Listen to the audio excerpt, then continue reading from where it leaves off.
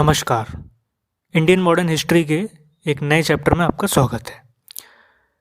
ये एक 3 part video होने वाली है और इसमें हम लोग 3 टॉपिक्स को बेसिकली डिस्कस करेंगे। पहला है रेवेन्यू एडमिनिस्ट्रेशन, अगला होगा पुलिस एडमिनिस्ट्रेशन और आखिरी वाला है जुडिशरी एंड सिविल सर्विसेज। तीनों ही अपने हिसाब से काफ़ी इंपॉर्टेंट टॉपिक्स हैं। रेवेन्यू एडमिनिस्ट्रेशन वाले टॉपिक पर कई बार कॉम्पिटिटिव एग्जामिनेशंस में डायरेक्टली सवाल बनते हैं, तो शुरुआत करते हैं। Land revenue policy under EIC।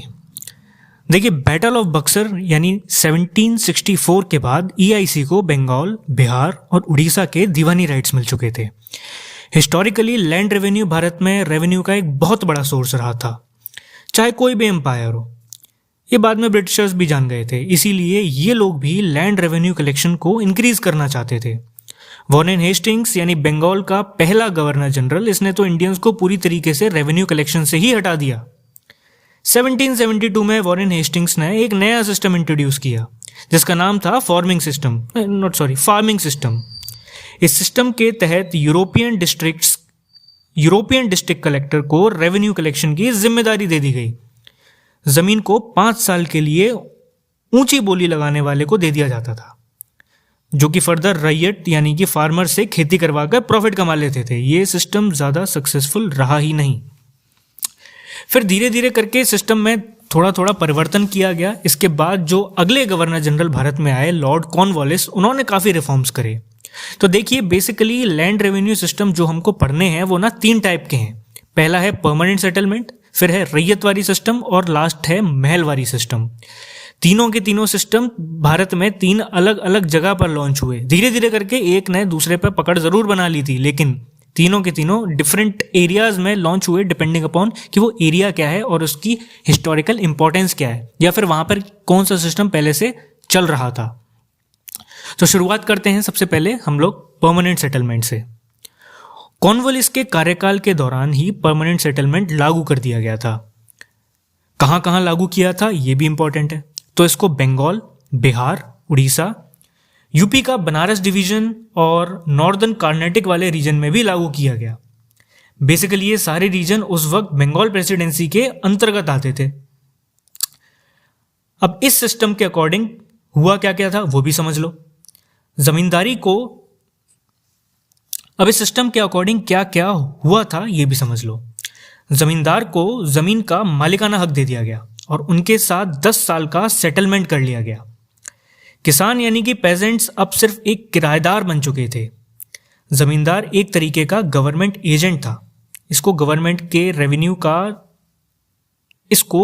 को रेवेन्यू का 89% हिस्सा देना था, बाकी का 11% ये खुद भी रख सकते हैं।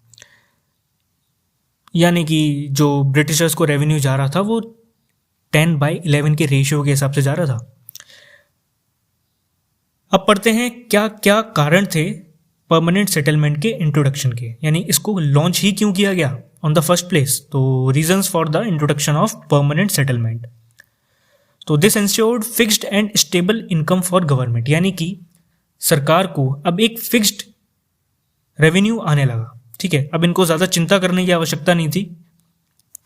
ऐसा माना जा रहा था कि इससे गवर्नमेंट ऑफिशियल्स के बीच करप्शन कम हो जाएगा, क्योंकि ये लोग जो गवर्नमेंट ऑफिशियल्स थे ये काफ़ी हद से ज़्यादा प्राइवेट ट्रेड कर रहे थे, जिससे कि ये बाद में इंग्लैंड में जाके काफ़ी लेविश लाइफस्टाइल जीते थे। रेवेन्यू कलेक्शन का सारा बर्डन अब ज़मींदारों पर आ गया, यानी कि अब ब्रिटिश ऑफिशियल्स को बस पैर के ऊपर पैर रख के मज़े लेने हैं। ज़्यादातर जो ग्राउंड वर्क है वो सब ज़मींदार करेंगे। मगर देखा जाए तो समाज में एक लॉयल तबका भी उभर रहा था जो कंपनी के प्रति काफ़ी लॉयल था। अब आप सोच ही सकते हैं वो लोग कौन थे, ऑफ कोर्स जमींदार्स। अब इसके कॉन्सिक्वेंसेस क्या थे। ये सिस्टम तो बढ़िया था उनके अकॉर्डिंग, लेकिन इसके कुछ दुष्परिणाम भी निकले। अब वो समझ लेते हैं। तो अब क्योंकि लैंड रेवेन्यू अगले 10 साल के लिए फिक्स कर दिया जा रहा था, तो इसको काफ़ी हाई रेट पर फिक्स किया, बिल्कुल मैक्सिमम, ताकि इन्फ्लेशन को कॉम्पनसेट किया जा सके। लेकिन इस हाई रेट का बर्डन अल्टीमेटली तो आना किसानों पर ही था। एक और बात, फिक्स्ड रेवेन्यू को गवर्नमेंट ने जमींदारों के साथ फिक्स किया था। ये कहीं नहीं लिखा था कि जमींदार कितना टैक्स कलेक्ट करेंगे, वो तो सिर्फ जमींदार के साथ फिक्स्ड था। तो एज ए रिजल्ट जमींदार हद से ज़्यादा वसूलने लगे किसानों से। ठीक है, मान लीजिए ब्रिटिश गवर्नमेंट को 1,000 रुपये चाहिए हर महीने, तो ये लोग चाहे किसान से 2,000 वसूलें चाहे 5,000 वसूलें, गवर्नमेंट को तो मात्र 1,000 रुपये चाहिए। तो इस तरीके से धीरे धीरे जो किसानों का शोषण है वो बढ़ता जा रहा था। अच्छा, ये बहुत इंपॉर्टेंट कॉन्सेप्ट है कि एब्सेंटी लैंडलॉर्डिज्म पनपने लगा। जमींदार को तो कोई इंटरेस्ट ही नहीं था खेती बाड़ी में। तो रियलिटी में होता क्या था, ये जब हद से ज़्यादा वसूली करने लगे तो ये काफ़ी अमीर होने लगे ज़मींदार। ठीक है, अब इनको मतलब नहीं था गांव में रहने से, भाई देखो अब ज़्यादा पैसे आ जाते हैं, तो फिर ये लोग धीरे धीरे करके टाउन्स में शिफ्ट होने लगे, उन एरियाज़ में शिफ्ट होने लगे जो कि काफ़ी डेवलप्ड है। ठीक है, इन्होंने गाँव छोड़ दिया। अब तुम सोच रहे होगे कि अगर गांव छोड़ दिया तो फिर टैक्स कलेक्शन कौन करता होगा, है ना, ये किसानों के साथ डील कौन करता होगा। तो देखिए, इन्होंने सैलरी पे कुछ लोग रखने स्टार्ट कर दिए। ठीक है, तो खुद तो रहते नहीं थे लोग गांव में, किसी दूसरे बंदे को थोड़ा बहुत पैसा देके उनसे कहते थे कि भाई तुम लोग जो है टैक्स कलेक्ट कर लो। अब जिन लोगों को ये लोग पैसा देके टैक्स कलेक्ट करवाते थे वो लोग भी इतने अमीर हुए जा रहे थे कि वो लोग भी अब गांव में रहना बंद कर दिए। वो लोग भी किसी अगले बंदे को पैसा देकर अपने अंडर रख लेते थे ताकि वो उनके बदले में टैक्स कलेक्ट कर ले।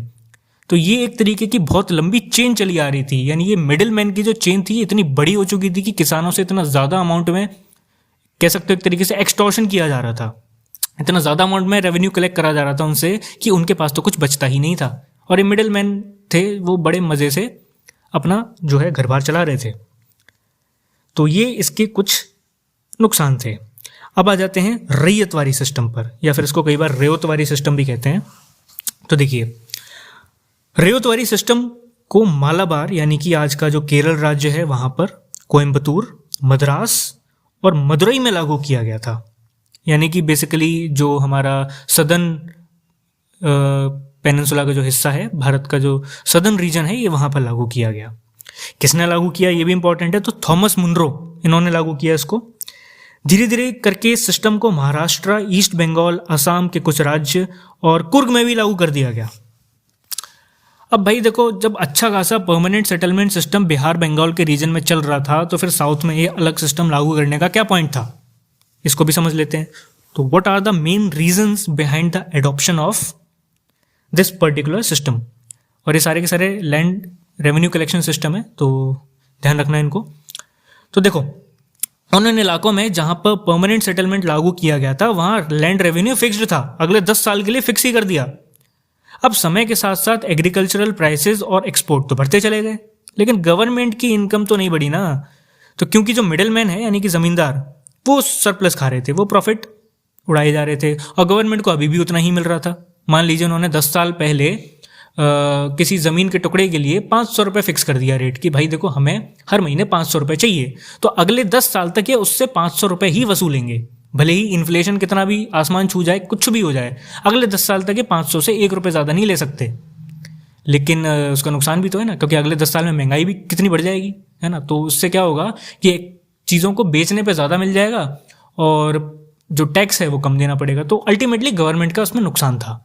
तो गवर्नमेंट चाह रही थी कि समय के साथ साथ जो टैक्स है उसको रिवाइज करा जाए, तो इसके लिए इन्होंने जो रैयतवारी सिस्टम है वो लॉन्च करा। दूसरा पॉइंट क्या है, कई बार ज़मींदार काफ़ी उत्पीड़न करते थे किसानों का, ज़रूरत से ज़्यादा टैक्स वसूल कर, तो मतलब बिल्कुल ही ऊपरे से हो रखे थे, जिसकी वजह से किसान आंदोलन और विद्रोह बढ़ते जा रहे थे। तो ये देखते हुए भी सिस्टम को थोड़ा सा चेंज किया गया। देखो, बिहार बंगाल में फ्यूडल लैंडलॉर्ड्स या फिर ज़मींदार ऑलरेडी हुआ करते थे, ठीक है, मुगल टाइम से ही हुआ करते थे। लेकिन मद्रास, बॉम्बे, असम, इन इलाकों में कभी ज़मींदार रहे ही नहीं। तो चाहकर भी ब्रिटिश गवर्नमेंट, जो हमारा पुराना वाला टैक्स कलेक्शन सिस्टम था जिसको हम कई बार ज़मींदारी सिस्टम भी कहते हैं, वो कर ही नहीं सकते थे, क्योंकि उनको काम आउटसोर्स करने के लिए कोई बंदे ही नहीं मिल रहे थे। समझो ना इस बात को, ऑलरेडी वहाँ पर ऐसा कोई सिस्टम था ही नहीं, तो लोग उस हिसाब से ट्रेंड ही नहीं थे, है ना। रही बात बंगाल और बिहार की, तो वहाँ पे ऑलरेडी मुगल टाइम से जो ज़मींदार हैं हुआ करते थे, तो बेसिकली उनको काम आउटसोर्स करने में ज़्यादा दिक्कत हुई नहीं। लेकिन यहाँ पर दिक्कत होती थी, तो फिर ये उस पुराने सिस्टम को यहाँ पर लागू नहीं कर पा रहे थे। अब इसके फीचर्स जान लो, रीजंस तो जान लिए हमने। तो the government granted property rights to cultivator on the condition that they pay taxes. अब देखिए, जो पुराना वाला यानी परमानेंट सेटलमेंट सिस्टम है, उसमें किसानों के पास ओनरशिप राइट्स नहीं थे। ओनरशिप राइट्स जमींदारों के पास थे, वो भी जमींदारों को दिए जाते थे बोली लगने पर, है ना, यानी बिडिंग करने पर, वो भी कुछ साल के लिए, 10 साल के लिए। यानी जमींदारों के पास जमीन का मालिकाना हक हुआ करता था, किसानों के पास कोई मालिकाना हक नहीं था, वो सिर्फ एक किराएदार थे, टेनेंट्स थे।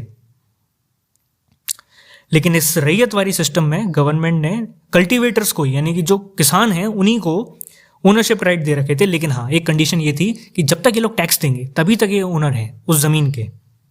ठीक है, अगला पॉइंट क्या है, अब किसान जमीन को यूज तो कर सकते हैं, बेच सकते हैं, किराए पर दे सकते हैं, जब तक कि वो ब्रिटिश गवर्नमेंट को टैक्स दे रहे हैं। सिंपल सी बात, यानी कि वो पूरा ओनरशिप वाले काम कर सकते हैं, लेकिन कब तक, जब तक वो टैक्स दे रहे हैं। अगर वो टैक्स नहीं देंगे तो उन्हें निकाल के फेंक दिया जाएगा। वैसे तो इसमें फेमाइन यानी कि भुखमरी के टाइम रेवेन्यू में छूट के प्रावधान भी दिए हुए थे इस सिस्टम में, लेकिन वो सिर्फ कागज तक ही सीमित थे, वो रियलिटी में ऐसा कुछ हो नहीं पाता था। भले ही फेमाइन आए, अब तुम तो जानते हो ब्रिटिशर्स कैसे थे, कितनी भी भुखमरी हो, कितना भी सूखा पड़े, उनको तो अपने टैक्स से मतलब है।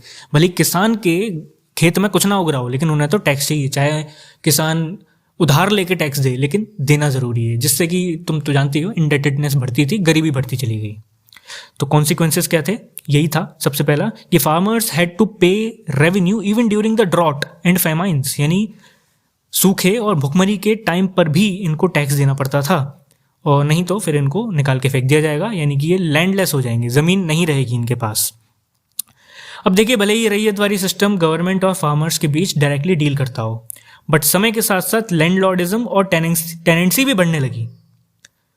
शुरू के किसानों पर इतना पैसा आ गया कि अब वो खुद खेती करने के बजाय बेरोजगार टेक्सटाइल वीवर्स से खेती करवाने लगे। कई डिस्ट्रिक्ट्स में 2/3 फार्मलैंड तो लीज पर ही दे रखा था। समझ रहे हो मेरी बात? तो फार्मर्स जो थे उनका भी एक कह सकते हो अमीर तबका, अमीर फार्मर्स का डेवलप होने लगा। तो हर किसी के कॉन्सिक्वेंसेस है, वहाँ पर जो ज़मींदार हैं वो एब्सेंटी लैंडलॉर्डिज्म करने लगे, यहाँ पर भी जो है ये टेनेंसी बढ़ने लगी, किराए पर दे दिया करते थे ज़मीनों को, लो भाई हम पे तो बहुत पैसा आ गया, एक काम करो, तुम बेरोजगार हो, तुम इतना पैसा लो, ज़रा खेती कर दो, बदले में जो उपज मिले वो हमें दे देना, हम तुम्हें थोड़े बहुत पैसे दे देंगे, बाकी गवर्नमेंट को दे देंगे और प्रॉफिट कमाएंगे। अगला पॉइंट क्या है, गवर्नमेंट हमेशा कैश में रेवेन्यू लेना पसंद करती थी बजाय फूड ग्रेन्स के। तो देखो हिस्टोरिकली तो तुम्हें पता ही है, भारत में जो रेवेन्यू, लैंड रेवेन्यू लिया जाता था, लैंड टैक्स लिया जाता था, वो ग्रेन्स के रूप में लिया जाता था, यानी कि तुम्हारे खेत में जो भी कुछ उग रहा है उसका कुछ परसेंटेज सरकार को दे दो और बस मज़े करो। लेकिन ब्रिटिश गवर्नमेंट कैश लेना पसंद करती थी, है ना, उनको उससे मतलब नहीं है अनाज वगैरह से, क्योंकि बेसिकली देखो तुम अगर अनाज के रूप में टैक्स लोगे तो सरकार का काम बढ़ जाएगा, पहले उनको स्टोर करने में खर्चा, फिर उनको बेचो, नहीं बिक पाया तो नुकसान, तो सड़ गया मान लो ग्रेन, तो दिक्कत ज़्यादा है। तो इसलिए वो लोग क्या करते थे, कैश में टैक्स लेना पसंद करते थे। अब इस वजह से किसानों को जो ग्रेन है वो बेचना ही बेचना पड़ेगा, है ना, और कई किसान तो क्या करते थे, कैश क्रॉप्स उगाने लगे, जिसको उगाने में लगता था ज़्यादा पैसा कहाँ से आता था, लोन से आता था, और कई किसान इन लोन्स पर डिफ़ॉल्ट कर जाते थे, क्योंकि इन्होंने मान लो कैश क्रॉप उगा ली, कोई मान लो उन्होंने कॉटन उगा लिया, ठीक है।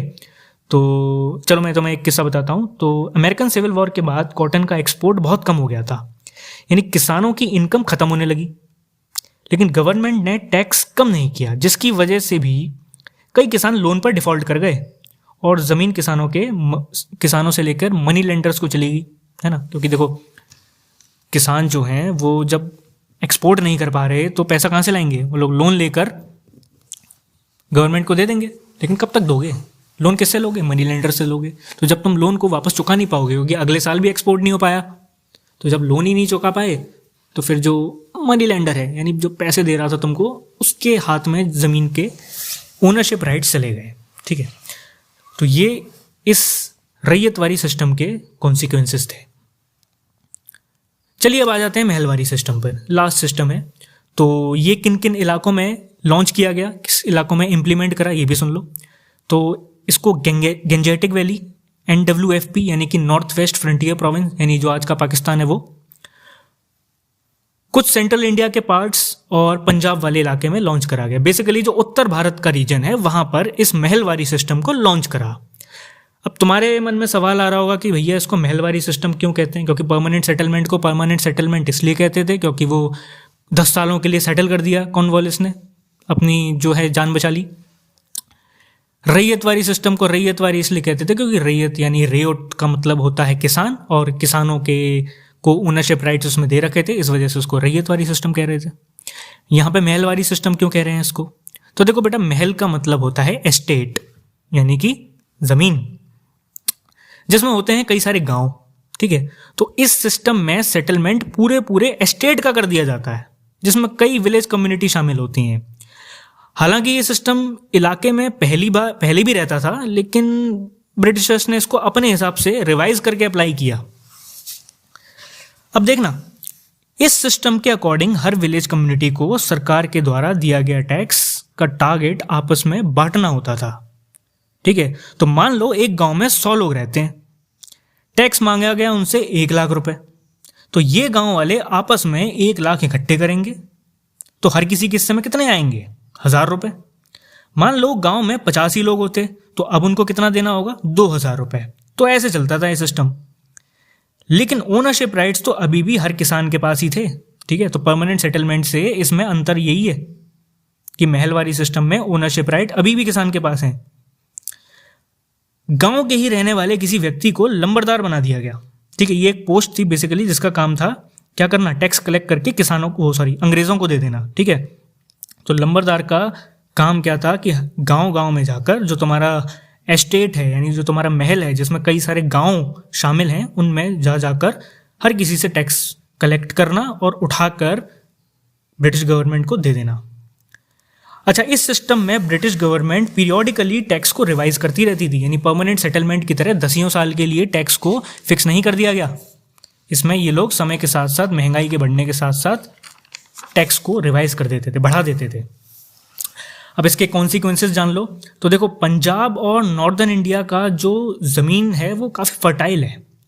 फर्टाइल ज़मीन का मतलब होता है ज़्यादा लैंड रेवेन्यू, फर्टाइल ज़मीन का मतलब होता है ज़्यादा उपज। ज़्यादा उपज का मतलब होता है कि भाई ज़्यादा वो बेच पाएंगे, ज़्यादा बेच पाएंगे तो ज़्यादा कमा पाएंगे, और ये सारा का सारा डायरेक्ट रिलेशन है, यानी कि ज़्यादा बेच पाएंगे, ज़्यादा पैसा आएगा, ज़्यादा पैसा आएगा तो वो ज़्यादा वसूली कर लेंगे। समझ रहे हो मेरी बात?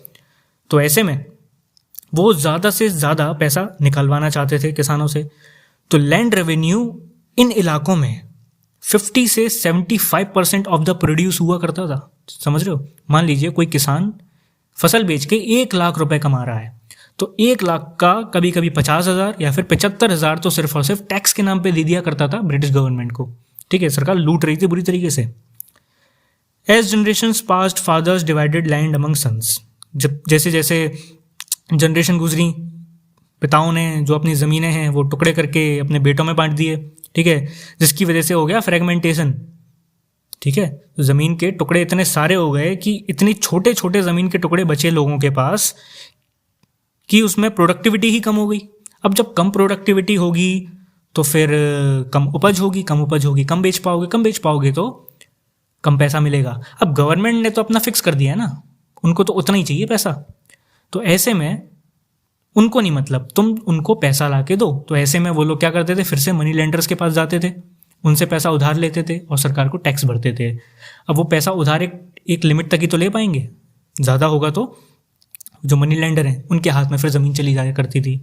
तो अल्टीमेटली जितने भी ये सिस्टम थे ना, इन सब सिस्टम्स के कॉन्सिक्वेंसेज एक तो ये कॉमन था कि गवर्नमेंट मतलब इन सिस्टम्स के अकॉर्डिंग जो पैसे वाले लोग हुआ करते थे वो ज़्यादा पैसे वाले हुए जा रहे थे, क्योंकि वो बेसिकली मतलब जो मनी लेंडर्स थे और ज़मींदार थे उनके हाथ में ज़मीनें बहुत आ रही थी, ठीक है। तो ये हमारे 3 सिस्टम थे, उम्मीद करता हूँ समझ में आए होंगे। अब इसके अगली वीडियोज़ में हम पुलिस एडमिनिस्ट्रेशन और उसकी अगली वीडियो में हम देखेंगे जुडिशियल और सिविल सर्विसेज के ऊपर, ठीक।